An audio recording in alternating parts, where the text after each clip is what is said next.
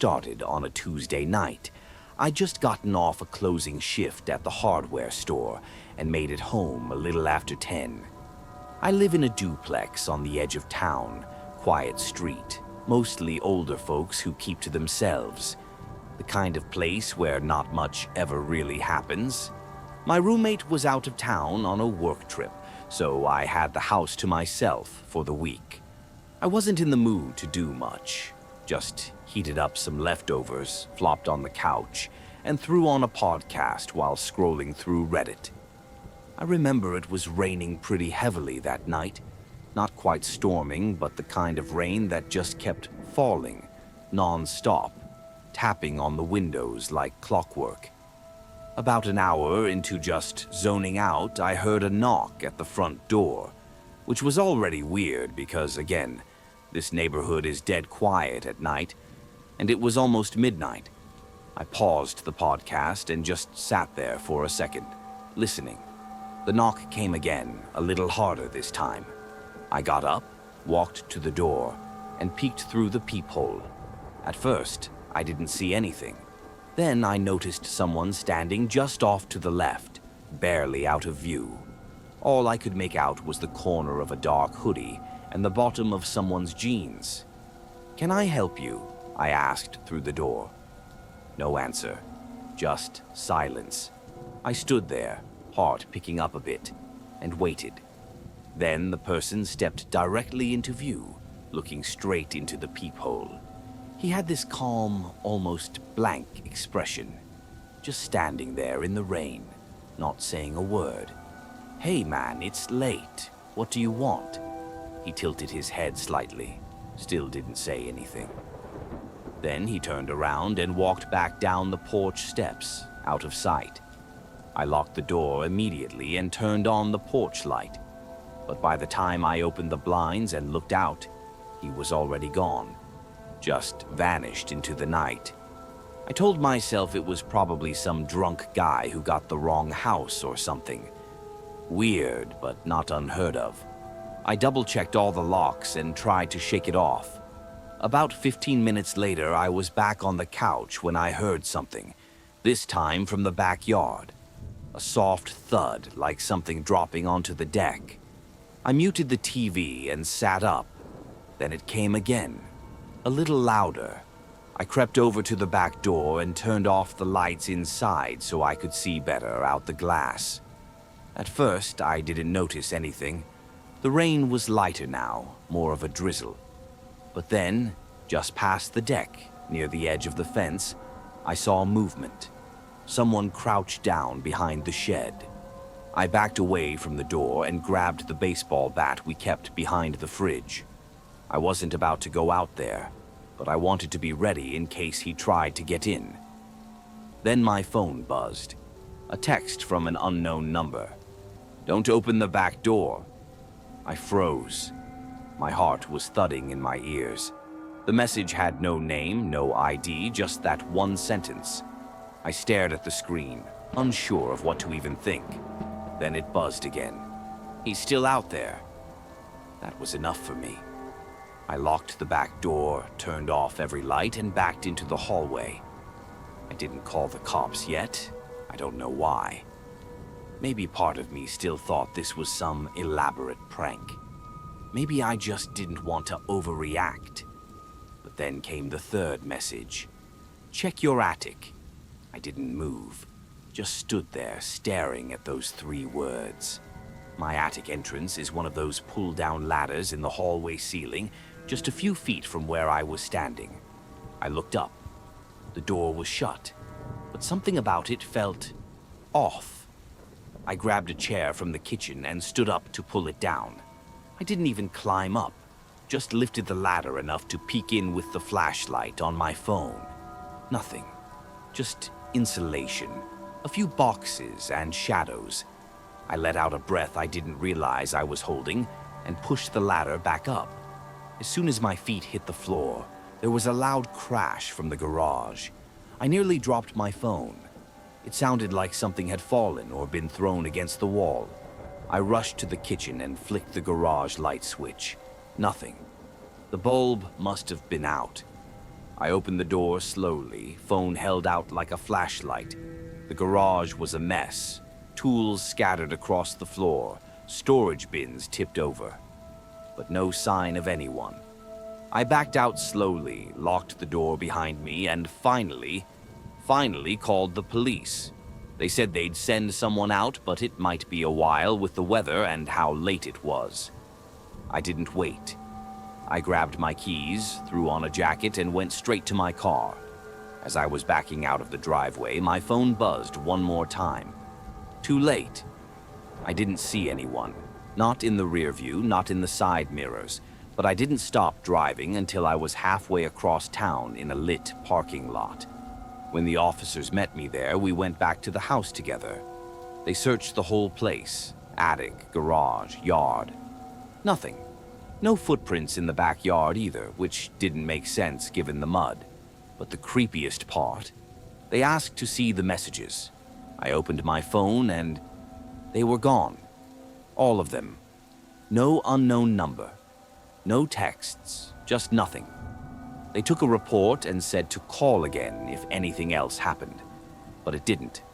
Not that night. Not for the rest of the week. My roommate came back that weekend and I didn't even tell him what happened. I didn't want to deal with the questions, the theories, the disbelief. But I did install cameras. Front, back, inside. And a few nights ago, around the same time, I got an alert on my phone. Motion detected. Attic. I haven't gone up to check yet.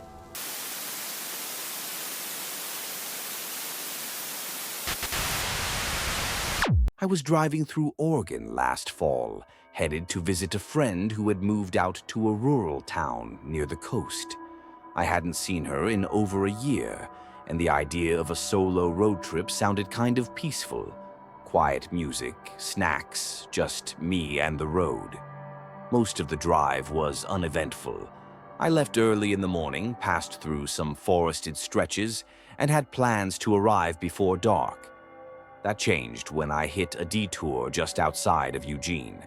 A sign redirected me onto a much smaller two-lane road, something not even paved all the way through. I figured it would reconnect to the main highway eventually, so I followed it. It took me deep into the woods. No traffic, no houses, just endless trees. After about 45 minutes of that, I started getting nervous. I checked the GPS again, but I had lost service. I kept telling myself it was fine, that I was still heading west, and eventually I'd hit something more populated. I saw a sign for a town I didn't recognize, just a simple wooden post that said Briar Glen with an arrow. I hadn't seen a single car since taking the detour, and it was already starting to get dim out.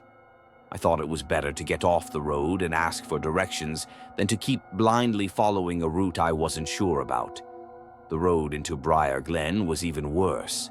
Cracked gravel, potholes, and overgrown brush creeping onto the edges. The town itself was small, maybe 10 or 15 buildings total, including what looked like an old general store and a small church. Most of the houses had boarded windows or were in disrepair. I pulled into what looked like the only gas station. One old pump stood under a crooked awning. It didn't look operational, but I figured I'd at least see if someone inside could help. When I stepped out of my car, I noticed how quiet it was.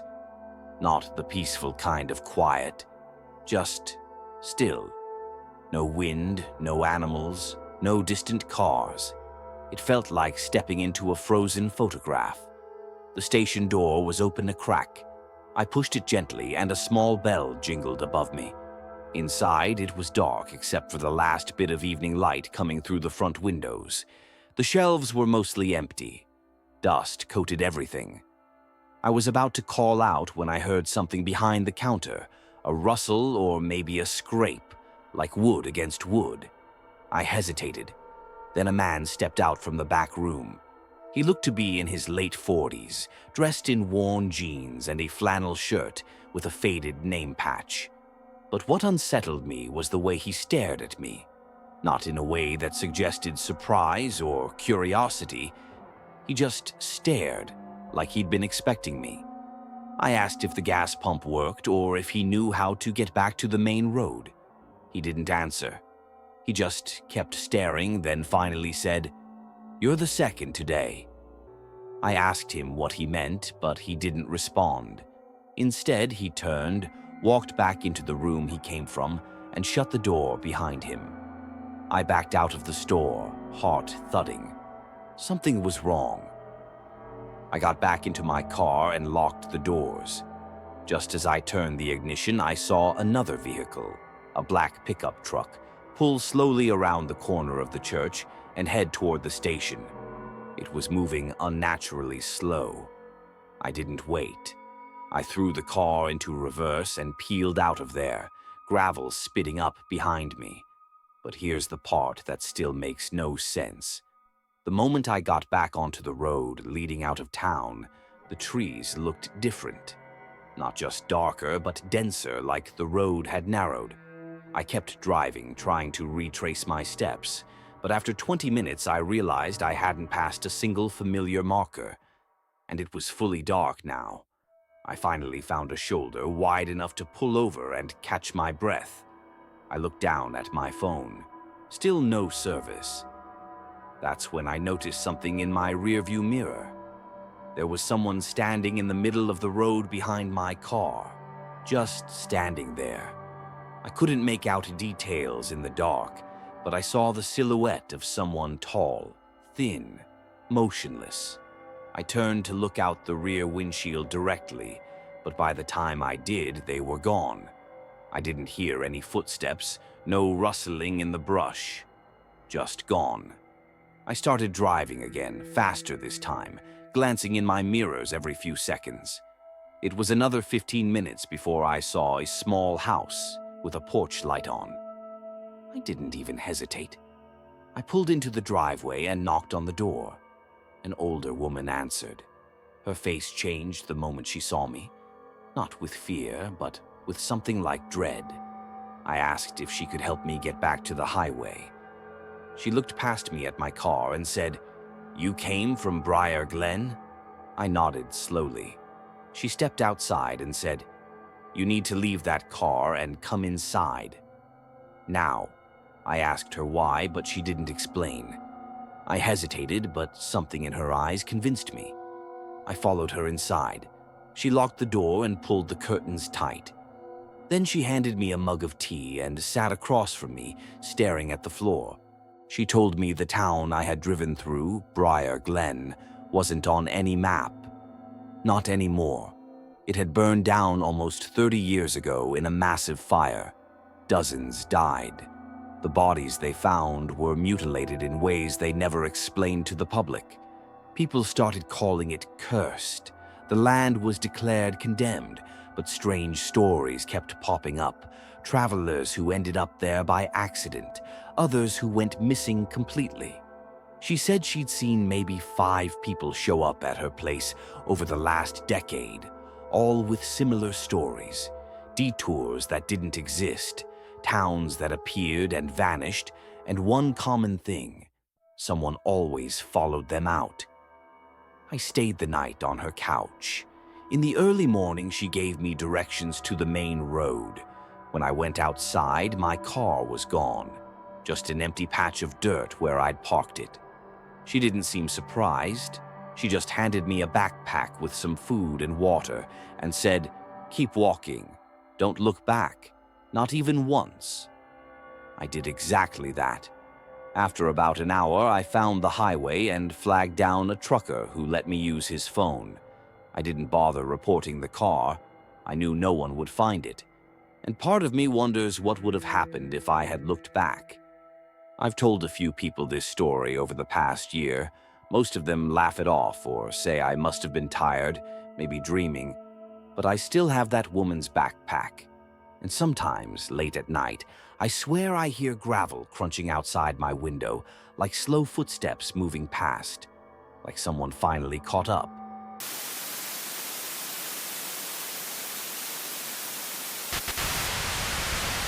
It had been a few months since my cousin Alex and I had gone on any kind of trip together. Life got in the way. Work, school, the usual. But when he brought up the idea of going off the grid for a weekend, I was all in. He'd found this old hiking trail that led to a little-known cabin deep in Cold Hollow State Forest. It wasn't marked on most trail maps, but someone on a backcountry forum had posted about it. No service, no neighbors, just total isolation. Exactly what we wanted. We packed light, just enough food for 2 days, a small tent in case the cabin was unusable, and basic gear. The trailhead was about an hour past the last town, tucked away at the end of a dirt road with no signs. The second we got out of the car, I noticed how quiet it was. Not peaceful quiet, just off. There was no wind, no birds, not even the sound of insects. We exchanged a look but said nothing.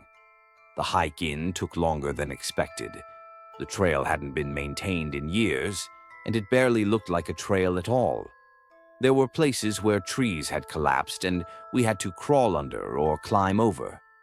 At one point, Alex joked that we were probably the first people out here in years.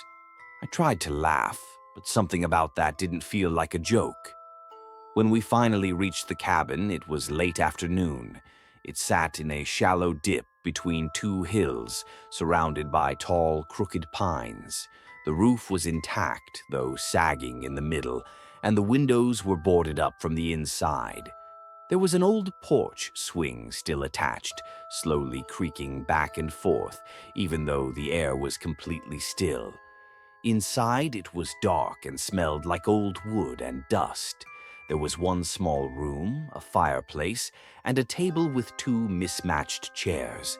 A stack of firewood was in the corner, and an old lantern still hung on the wall. We checked the place for animals or signs of squatters. Nothing. It was cold and empty.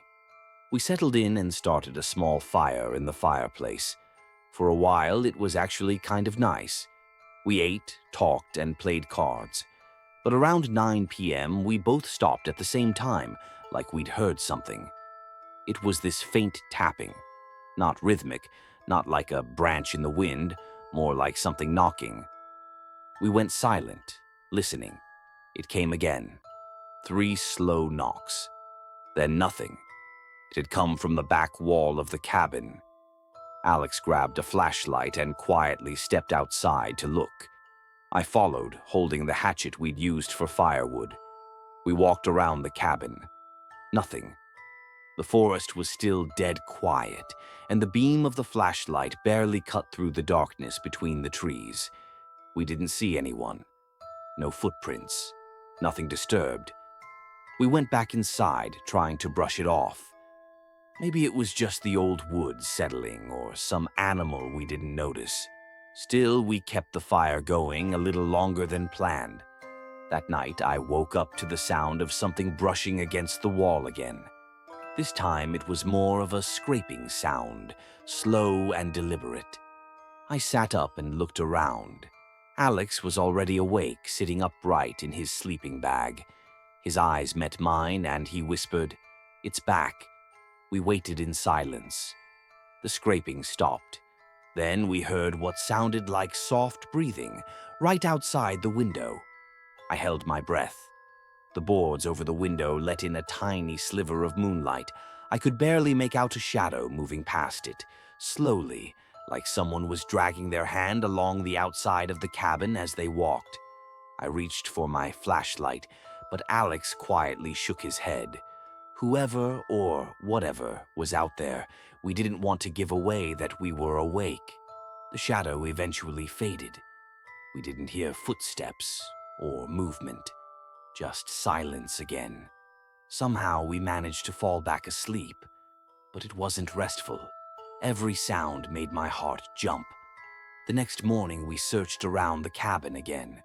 Still no tracks, no broken branches, nothing. But on the back wall, right where we heard the scraping, were 3 long, deep gouges in the wood. Not claw marks, more like someone had dragged a knife through it. Clean, precise, and fresh. We decided to leave. There wasn't a real conversation about it. We just both started packing. We didn't even eat breakfast. As we began heading back down the trail, we noticed something else. Small bundles of sticks tied with red string, hanging from tree branches every few hundred feet. We hadn't seen those on the way in. They weren't natural, someone had put them there. Each one looked slightly different, like they were made by hand. Some had feathers or small bones tied in. About halfway back, we found something else. There was a tree with something carved into it. Deep, jagged letters. It just said, "Stay." I don't know if that was meant for us. I don't know if it was a warning or a command, but it made my stomach twist. We picked up the pace, practically jogging through the underbrush until we finally saw the car. The moment we got inside and locked the doors, I felt like I could breathe again. We didn't say anything until we were back on the main road. Alex finally broke the silence and said, "There was someone out there. You saw them too, right?" I nodded. "Yeah, but I don't think they were alone." We never went back to Cold Hollow. I tried to find that forum post again and couldn't. It was gone, like it never existed. Whatever we stumbled into out there, it didn't want to be found. And I don't think it was done watching us.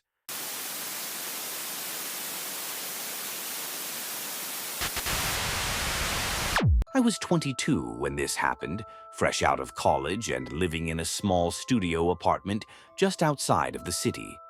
I had taken a job doing freelance photography gigs on the weekends. Weddings, portraits, that kind of stuff. The rest of my week I filled with odd jobs to pay rent, and one of those was house sitting. A friend of mine from college had a cousin who needed someone to stay in their house for 5 days while they were out of town. They had 2 cats and a large old house tucked in the woods, about 15 minutes outside the nearest town. It sounded peaceful, and honestly, I was excited for the break. I thought I could get some editing done, maybe catch up on sleep. The house was nice, way bigger than I expected. 2 stories, wrap-around porch, even a little greenhouse in the back. But the moment I stepped inside, something felt off. It wasn't anything obvious. No weird smells or creepy photos or anything. It was more like I was intruding somewhere I shouldn't be. Like the walls were watching. The owner, a woman in her 40s named Karen, was polite but a little cold. She showed me where the cat food was, how to work the security system, and handed me a list of emergency numbers. Before she left, she said, "Don't go into the basement. There's mold down there, and we haven't had a chance to clean it out." I didn't think much of it. I mean, who wants to hang out in a musty basement anyway? The first night was uneventful. I fed the cats, made some pasta, watched Netflix on my laptop, and fell asleep on the couch with one of the cats curled on my chest. But around 2 a.m., I woke up to the sound of footsteps upstairs. I froze. There was no mistaking it. The sound was light, slow, deliberate creaks of the old wooden floorboards. I didn't want to believe it was anything serious. Maybe one of the cats had gone upstairs. I waited, not moving a muscle, just listening. After a minute, the footsteps stopped. I held my breath, listening harder, but there was nothing else. No voices, no movement. Eventually, I convinced myself it had been the house settling, or maybe my imagination playing tricks on me after a long day. I went back to sleep.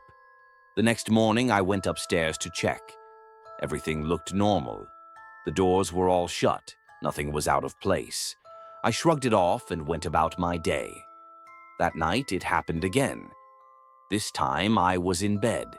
Around 1:30, I heard footsteps above me. Slow, steady pacing. It went on for almost 10 minutes, then stopped. I texted Karen just to ease my nerves and asked if there was any chance someone else had access to the house. She replied almost immediately, "No, just you." I didn't sleep much after that. The next day, things started to feel wrong. One of the cats, the younger one, wouldn't stop staring at the basement door. Just sat there for hours, completely still. I tried coaxing her away with treats, but she didn't budge. Around sunset, I was making tea in the kitchen when I noticed something scratched into the wooden doorframe near the basement. It was faint, but definitely there. 4 lines, like tally marks. Then another set. And another. 21 in total. I felt sick looking at it.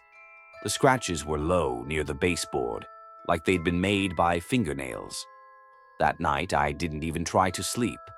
I stayed on the couch with the lights on, both cats beside me. At exactly 2:03 a.m., the alarm system beeped. I looked at the panel. It said, "Back door open." I stared at it, heart pounding. I hadn't touched the back door. I knew it was locked. I got up slowly, grabbed a kitchen knife, and crept toward the back of the house. The door was wide open. I wanted to run, but I needed to know if someone was in the house. I flicked on every light, checked every room, even the closets. Nothing. No one. But when I walked past the basement door again, I noticed something new. It was cracked open. Just an inch. I didn't open it. I didn't touch it. But now it was open. I called Karen. No answer. I left a voicemail telling her something was seriously wrong and I might leave early. Just as I hung up, I heard something from the basement. Breathing. It was faint but unmistakable. Like someone trying to be quiet, but they were just below the stairs. I grabbed my bag, shoved my laptop and camera inside, and left. I didn't lock the door. I didn't care. I drove to a friend's place and stayed the night. The next morning, Karen texted me, "Is everything okay? I got your voicemail." I told her what happened and she replied, "We've had problems with the back door sensor before. It glitches sometimes." But she didn't mention the basement. Not once. A few days later, she left me a review on the house-sitting site. 5 stars. But she never reached out again. No follow-up. No thanks. Nothing. A month after that, I was scrolling through local news and saw a headline that made my stomach drop. Human remains found in crawl space of rural home. I clicked it. Same house, same town. Police were investigating it as a cold case. According to the article, they believed the remains had been there for years. Possibly a break-in gone wrong. Or a squatter no one knew about. They said the only clue they found were fingernail scratches on the wall near the old basement stairs. 21 of them. I don't know who or what I heard breathing that night, and I'm not sure Karen didn't already know something was down there, but I'm just glad I never opened that door.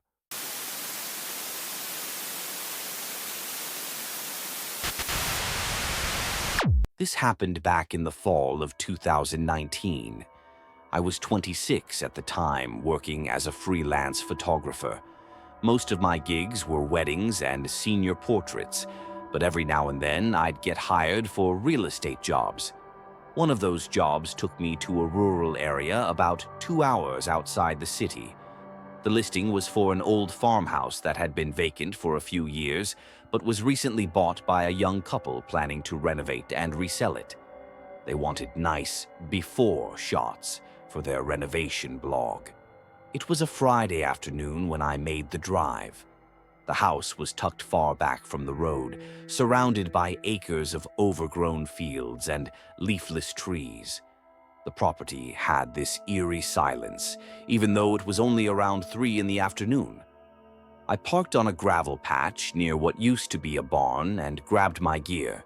The front door was unlocked, just like the couple said it would be. They weren't going to be there. They lived out of state and had given me permission to go in on my own. Inside, the house looked exactly how you'd expect an untouched property from the 1940s to look. Dust, cobwebs, old furniture still in place. I walked from room to room, taking wide shots, detail shots, and a few angles of the creaky staircase. Everything had this decayed but oddly frozen in time feel. I ended up spending almost 2 hours there. It was right as I was packing up to leave that I heard something upstairs. It sounded like a footstep. Just one. Heavy. I froze. My first instinct was that maybe someone else had come in behind me, but I knew the door had stayed shut and the windows weren't just closed. They were boarded in some places. I waited for a few seconds, standing completely still in the middle of the living room. Nothing. So I chalked it up to the house shifting or maybe something falling. Still, I wasn't about to go back upstairs and check. I grabbed my bag and headed out the front door. I was halfway down the porch steps when I realized I didn't have my car keys. I remember clearly putting them on the kitchen counter next to my lens bag when I arrived. Cursing under my breath, I went back inside. I tried to move quickly. I just wanted to grab them and go. The kitchen was in the back of the house, and as I walked through, I noticed something off. The lens bag was there, but the keys weren't. I looked around the counter, even checked the floor. Nothing. Then I saw them. They were sitting on the third step of the staircase. Just sitting there like someone had placed them intentionally. I stood there staring for a few long seconds. I hadn't gone up the stairs once that day, not even close to them. At that point, I didn't know what to think. Maybe I was more tired than I realized. Maybe I had absent-mindedly set them there while checking a shot. I tried to convince myself of that, even though it didn't feel right. I slowly walked over and picked up the keys. The silence in the house felt heavier than before. I turned around and walked quickly to the front door, but before I could step out, I heard a creak behind me. I glanced over my shoulder. The staircase. One of the steps had just creaked, like weight had been applied to it. But there was nothing there. That was enough. I slammed the door behind me and practically jogged to the car. I got in, started it, and didn't look back. The whole way home, I kept glancing at the rearview mirror. Not because I thought someone was following me, but because I had this weird gut feeling that something had followed me. Not someone. Something. When I got home that night, I dumped my gear in the hallway and tried to forget about it. I had dinner, watched a show, scrolled on my phone. Normal stuff. But when I finally got into bed, I couldn't shake the feeling of being watched. I live in a second-floor apartment, and my bedroom window faces an alley that no one ever walks through. But at around 2 in the morning, I woke up suddenly. No noise, just that feeling again. I sat up in bed and instinctively looked toward the window. There was a face, pale, expressionless, pressed against the glass. I scrambled out of bed, heart hammering in my chest. By the time I had the courage to pull back the curtain, it was gone. Nothing. No one in the alley. I stayed up the rest of the night with every light in the apartment on. Over the next few days, things started happening around my place. Lights flickering, doors opening slightly on their own. My camera, fully powered off, would make shutter noises in the middle of the night. It all built up to the 5th night after I'd visited that house. I was asleep on the couch trying to avoid the bedroom when I woke up to the sound of footsteps. Not from outside, inside my apartment. I didn't move. I didn't even breathe. The steps were slow, heavy, and got closer and closer until they stopped right behind the couch. I couldn't see anything. I didn't want to. I stayed perfectly still for what felt like hours. Then finally, I heard the front door open. I sat up and turned just in time to see it slowly swinging shut. I didn't sleep at home for the next month. I stayed with friends, booked hotels, did whatever I had to. Eventually, whatever it was, stopped. Or maybe just got tired of me. I don't know. I went back to that old farmhouse one more time, but only to return the key I'd accidentally taken with me. I placed it in the mailbox at the end of the long driveway and drove away without looking back. To this day, I still don't know if what I experienced was paranormal or just the unraveling of my own mind. But I do know this. Whatever was in that house, it didn't want to stay there alone. And for a little while, it didn't.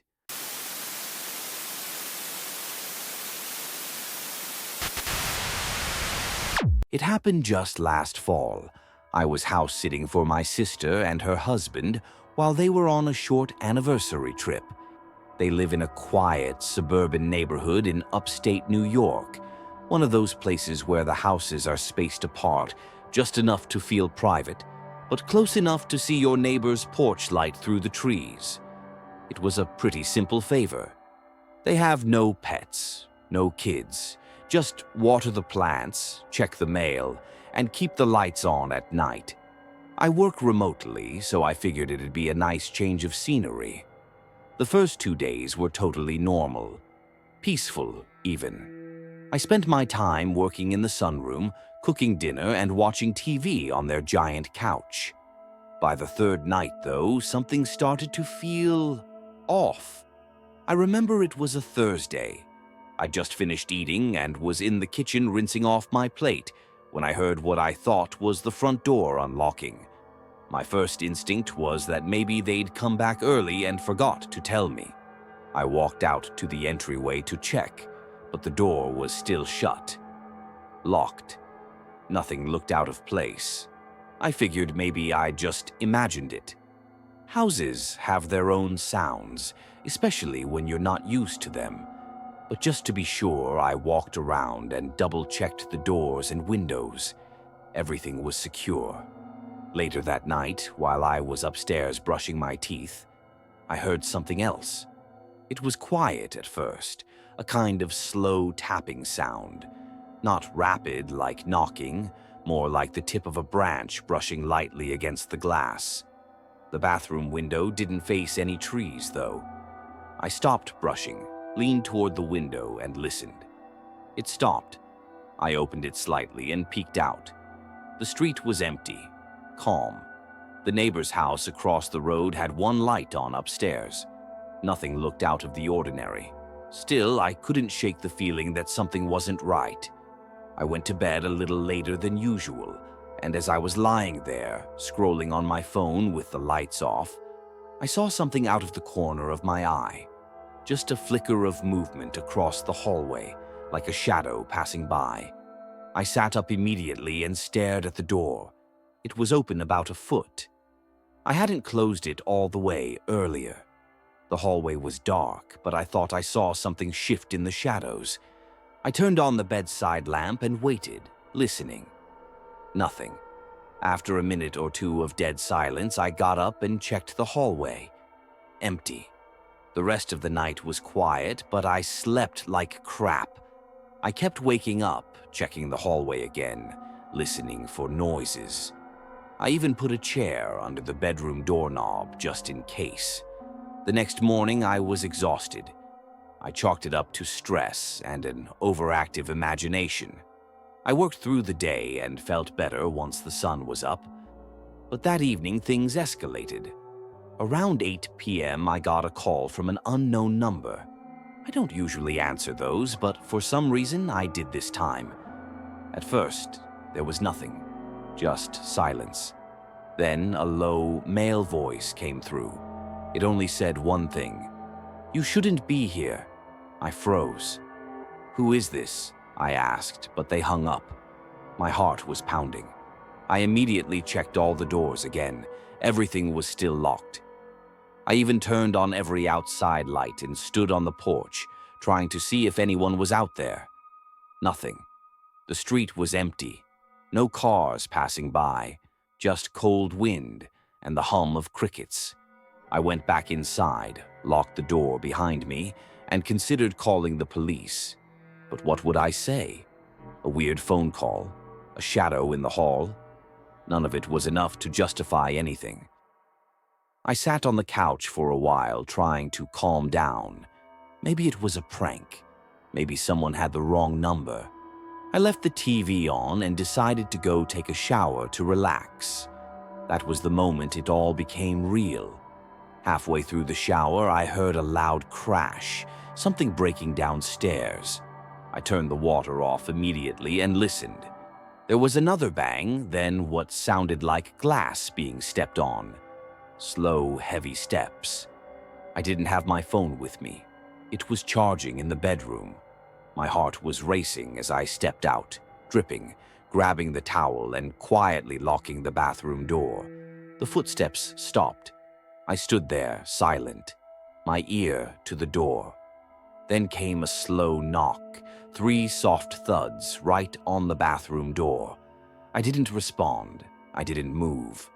I just held my breath and backed up into the far corner of the room, clutching the towel like it was armor. Whoever was outside didn't say a word. After a few seconds, I heard the creak of footsteps again, fading away down the stairs. Then silence. I waited for what felt like forever before I crept to the door, cracked it open, and listened. Still nothing. I made a run for it.